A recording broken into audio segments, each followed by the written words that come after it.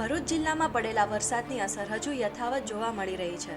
હાસોડ તાલુકાના સાહોલ ગામ નજીક કીમ નદીના પાણી સ્ટેટ હાઈવે પર ફરી વળતા અંકલેશ્વર હાસોડ સુરતને જોડતો મહત્વનો સ્ટેટ હાઈવે સતત બીજા દિવસે પણ વાહન વ્યવહાર માટે બંધ રહ્યો છે।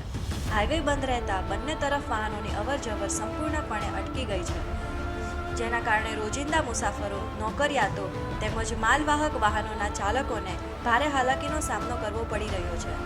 પાણી ઓસર્યા બાદ જ માર્ગ ફરી વાહન વ્યવહાર માટે ખુલ્લો મૂકવામાં આવશે। ત્યાં સુધી વાહન ચાલકોને વૈકલ્પિક માર્ગનો ઉપયોગ કરવાની સલાહ આપવામાં આવી છે। ભરૂચ જિલ્લામાં છેલ્લા 2 દિવસથી વરસેલ અનરાધાર વરસાદના પગલે ઠેર ઠેર જળબંબાકારની પરિસ્થિતિનું નિર્માણ થયું છે।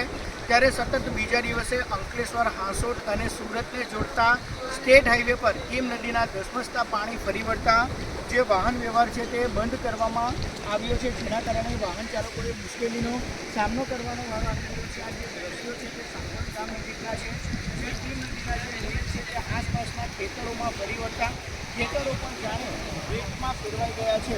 ઉપરવાસમાં જે વરસેલ અનરાધાર વરસાદના પગલે આ પરિસ્થિતિનું નિર્માણ થયું છે।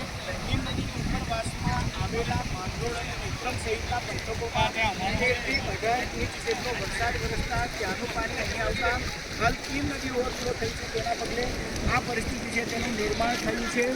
નજીકના આવેલા ખેતરોમાં પણ જે પાણી છે તે ફરી વળ્યા છે, ત્યારે ખેતીના ઊભા પાકને પણ વ્યાપક નુકસાનીની શક્યતા વ્યક્ત કરવામાં આવી રહી છે। તો બીજી તરફ જે વાહન ચાલકો છે તેમને લાંબો ફેરાવો ફરવાનો વારો આવ્યો છે। એક રીતે કહી શકાય કે 2 જિલ્લા વચ્ચેનો જે સંપર્ક છે તે સ્ટેટ હાઈવેના મારફતે તૂટ્યો છે।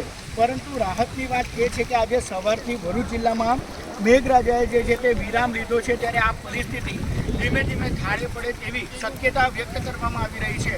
જય વ્યાસ, કનેક્ટ ગુજરાત, અંકલેશ્વર।